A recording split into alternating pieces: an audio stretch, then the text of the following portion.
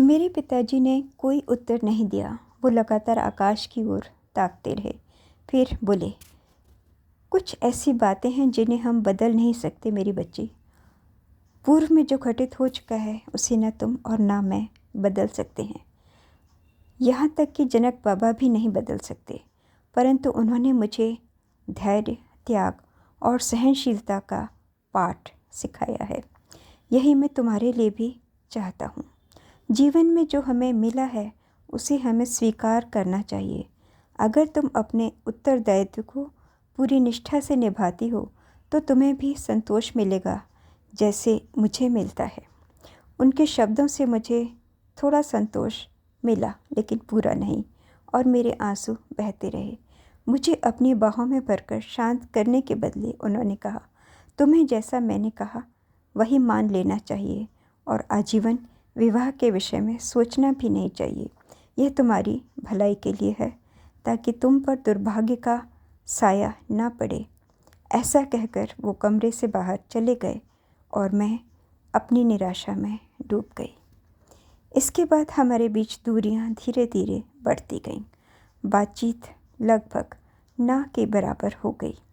अपने पिता से मनमुटाव होने के बावजूद भी मैं देख रही थी कि वे एक आदर्श सेवक थे, जिनकी महल में सभी लोग इज्जत करते थे। मैं भी उनके स्वभाव का अनुकरण करने का प्रयास करती थी, जैसे सबसे आदर और विनम्रता से बातचीत करना, चाहे उसका जो भी स्थान हो। कभी किसी का प्रतिरोध या विरोध नहीं करना, कभी अपनी इच्छाओं को कोई महत्व नहीं देना, अपनी इच्छाओं व भावनाओं से अधिक घर की भलाई को महत्व देना, आदि आदि। यदि एक कठिन पर मूल्यवान प्रशिक्षण था। यदि कभी भी मेरे पिता मुझे अपने लिए कुछ मांगता देखते या किसी चीज़ पर असंतोष व्यक्त करता हुआ देखते, तो उनकी एक कड़ी नज़र ही काफ़ी थी मेरे दिल और दिमाग में उठने वाली बात को समाप्त करने के लिए। आभार व्यक्त करने का गुण बहुत मूल्यवान है और जनक बाबा और उनकी धर्मपत्नी माता सुनैना द्वारा यही निर्धारित किया गया था। वे अपने सेवकों व परिचारिकों के प्रति हमेशा आभार व्यक्त करने में कभी भी पीछे नहीं रहते थे। हमारे जीवन को सुलभ बनाने का वे दोनों हर तरह से प्रयास करते रहते। ये सभी सेवकों के मध्य तय हो जाता था कि प्रत्येक व्यक्ति घर के सभी महत्वपूर्ण कार्य अपनी अपनी जिम्मेदारी के साथ करेगा। कोई भी काम छोटा नहीं था। चूँकि मैं एक बच्ची थी, इसलिए इस अवधारणा को भली भांति ठीक से मैं समझ नहीं पाती थी। मुझे लगता था मेरे पिता सारा दिन इतनी मेहनत करते हैं और वे दूसरों की तुलना में उन सबसे कहीं श्रेष्ठ हैं। जब भी मेरे अंदर इस प्रकार का भाव उभरता तो पिताजी झट उत्तर दे दिया करते थे। एक दिन उन्होंने मुझसे कहा, मीनाक्षी, जीवन में जो भी तुम्हें उपलब्ध है उसके लिए तुम्हारे भीतर संतोष होना चाहिए। हम बहुत सौभाग्यशाली हैं जो हमें जनक बाबा जी की सेवा का अवसर मिला है। मैं इसके लिए हमेशा उनका आभारी हूँ और प्रार्थना करता हूँ कि तुम भी बहुत अच्छे से इस परंपरा का पालन करोगी। हाँ पिताजी, मुझे पता है, आपने मुझे यही सिखाया है। मैं सेवा करने से प्रसन्न रहूँगी। मैं प्रसन्नता की बात नहीं कर रहा मीनाक्षी, मैं संतोष की बात कर रहा हूँ। ये संतोष है जो मैं तुम्हारे लिए तुम्हारे अंदर देखना चाहता हूँ। मैंने फिर स्वीकृति में अपना सिर हिला दिया। मैं कह तो नहीं पाई कि मैं भी जनक बाबा के प्रति उनके जैसा ही भाव रखती हूँ, जबकि मैं ये बात कहना चाहती थी। जनक बाबा मेरी पहुँच से बहुत दूर के व्यक्ति थे। मेरे मन में उनके लिए बहुत सम्मान और श्रद्धा थी, पर लज्जा के कारण मैं उनके सम्मुख नहीं जा पाती थी। उनकी उपस्थिति में मुझे बहुत हीनता का अनुभव होता। मैंने कभी सीधे उनकी तरफ नहीं देखा, ना ही कभी उनसे बात करने की कोशिश की। जब भी मैं उन्हें दूर से देखती, उनमें आनंद और प्रसन्नता के बुलबुले से उठते देखती। मैं देखती सब उनसे कितना प्रेम करते हैं। उनकी मुस्कुराहट, उनकी हंसी से मानो सारा महल खिलखिला उठता। क्यों नहीं पिताजी, क्यों नहीं पिताजी भी इसी प्रकार आनंदित हो सकते? क्यों मैं नहीं खुश हो सकती? कभी कभी मैं ऐसा सोचा करती। जैसे जैसे मैं बड़ी हो गई, अपने पिता के प्रति अन्य सेवकों का आदर और सम्मान देखकर मैं मन ही मन उनकी सराहना करती और उनको सम्मानित व उच्च स्थिति देखकर थोड़ा सा गर्व भी महसूस करती। वे दूसरे सेवकों का मार्गदर्शन किया करते थे और निश्चय करते थे कि सभी काम बहुत अच्छी तरह से संपन्न हों और कोई भी काम अधूरा न रहे। यदि कभी कोई कर्मचारी बीमार पड़ जाता या किसी वजह से अपनी जिम्मेदारी ठीक से सही तौर पर नहीं निभा सकता था, तो मेरे पिताजी झट से उस काम को खुद किया करते थे। उनके लिए कोई भी काम छोटा या बड़ा नहीं था।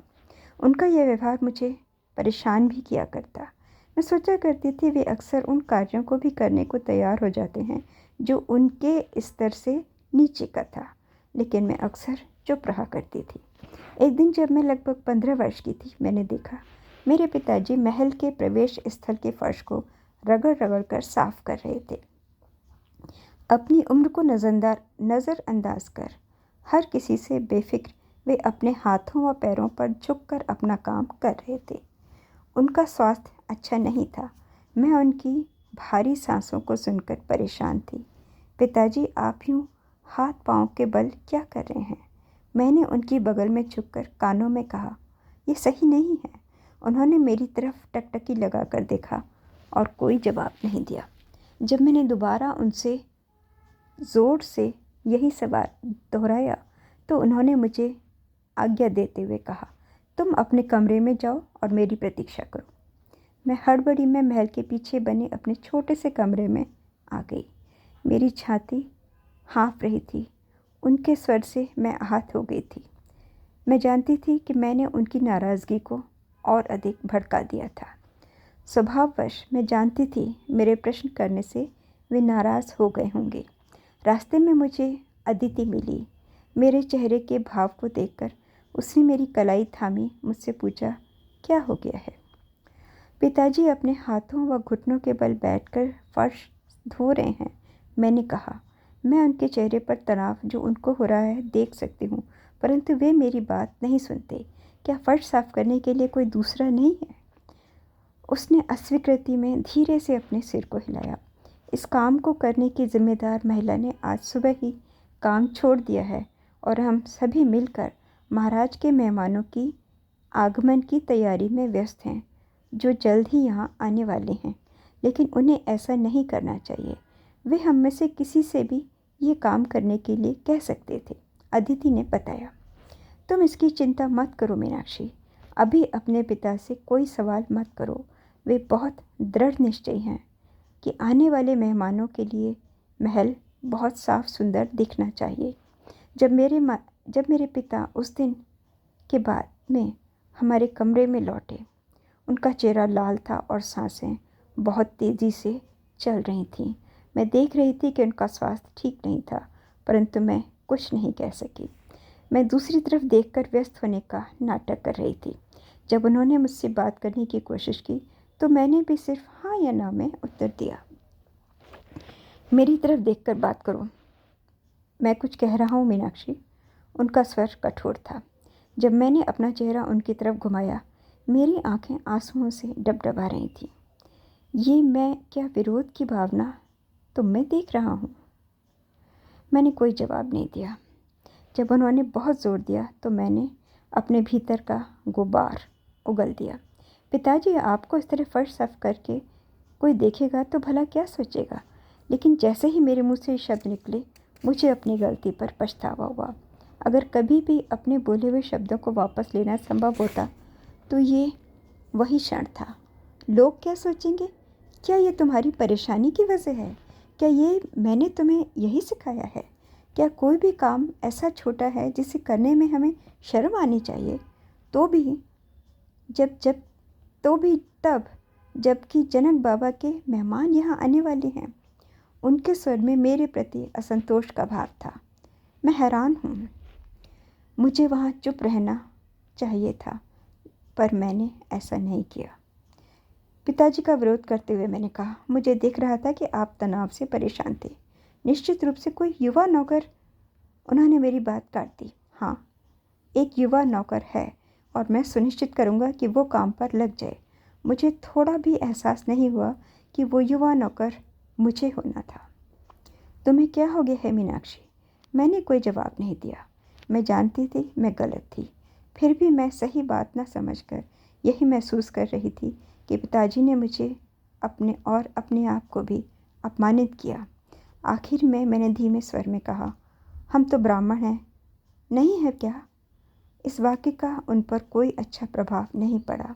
उन्होंने अपना हाथ उठाया, मानो मुझे मार रहे हों। मैंने उनकी तरफ सहम कर देखा। इससे पहले उन्होंने ऐसा कभी नहीं किया था। फिर अपने गुस्से पर नियंत्रण करते हुए वे रुक गए और अपना हाथ नीचे कर दिया। उनके चेहरे के दर्द को देख पाना मेरे बर्दाश्त के बाहर था। मैं रोते हुए कमरे से बाहर चली गई। बाकी का सारा दिन मैं बाहर बैठी रोती रही, स्वयं को पेड़ की पत्तियों के पीछे छिपाकर। जब अंधेरा होने लगा मैंने देखा वो मेरी तरफ आ रहे थे। मुझे लगा कि वे मुझे डांट लगाएंगे, परंतु वे आहिस्ता से मेरे बगल में आकर बैठ गए और कोमल स्वर में मुझसे बात करने लगे। मैं चाहता हूँ कि तुम कुछ बातों को समझो मीनाक्षी। अपने महाराज की ओर देखो। जीवन के हर पहलू को समझने के लिए वे ही हमारे प्रेरणा स्रोत हैं। क्या तुमने नहीं सुना कि जनक बाबा किस प्रकार गांव-गांव जाकर के लोगों को खेतों में जुताई करने में सहायता करते हैं? क्या तुम्हें एहसास है कि इस नए हल का उपयोग करने में कितना अधिक परिश्रम करना पड़ता है? मुझ में तो ऐसा करने का सामर्थ्य ही नहीं है, परंतु वे इसे बार बार करते हैं। वे केवल वहाँ खड़े होकर लोगों को निर्देश ही नहीं देते, बल्कि वे स्वयं खुद काम करके सबको प्रेरणा देते हैं, सिखाते हैं। मैंने उन्हें खेतों में कठिन परिश्रम करते हुए और पसीना बहाते हुए और किसानों को सब कुछ सिखाते हुए खुद देखा है कि किस प्रकार मिट्टी को पलटा जाता है। क्या यह कार्य किसी महाराज के लिए उचित है? इस तरह वो हमें सिखाते हैं कि कोई भी काम तुच्छ नहीं होता। हमारे बीच में कोई भी बड़ा या कम नहीं है। हमारे महाराज स्वयं को राज्य के सबसे गरीब व्यक्ति से भी अलग नहीं मानते हैं। ऐसा कहते हुए मैंने कई बार उन्हें सुना है। बस केवल इतना ही है कि उनके कर्तव्य अलग हैं और हमारा कर्तव्य ये है कि इस गृहस्थी में जो कुछ भी आवश्यक हो वो करें, ताकि महाराज का व दूसरों के कार्य सहज हो सकें और वे सुचारू रूप से राज्य कर सकें और हम सभी का मार्गदर्शन करते रहें।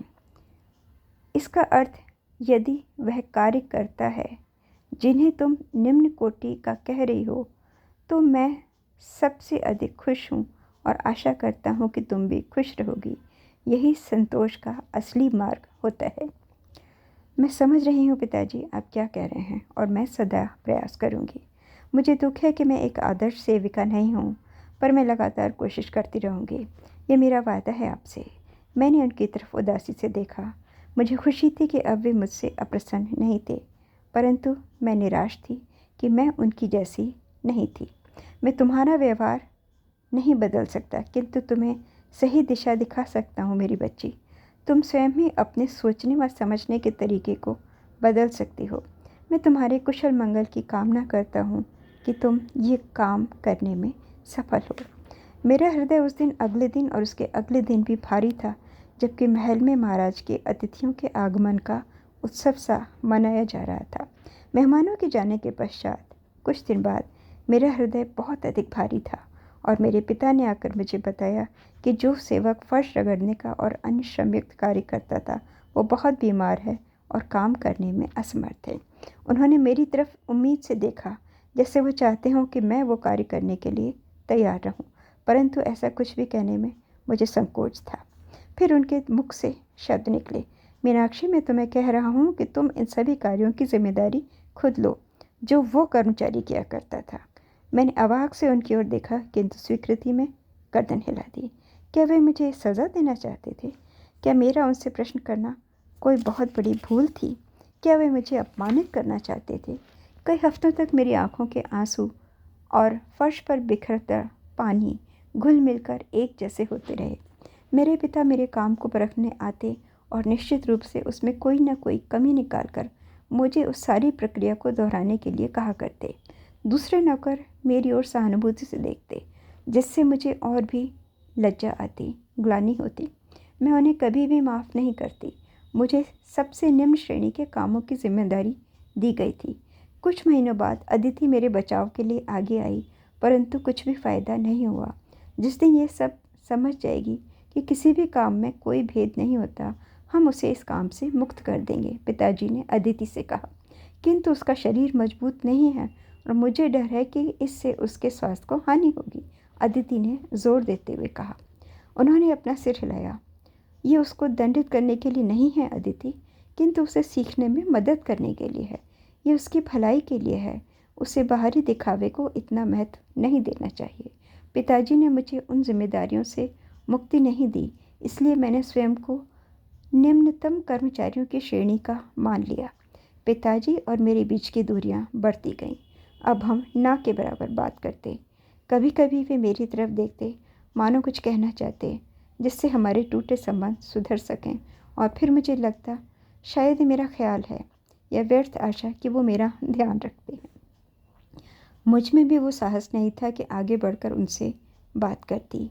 इसलिए हम अलग अलग ग्रहों की तरह रहते, जो शून्य के अंधकार में एक दूसरे के सामने से तो गुजर जाते हैं, पर कभी भी मिलते नहीं।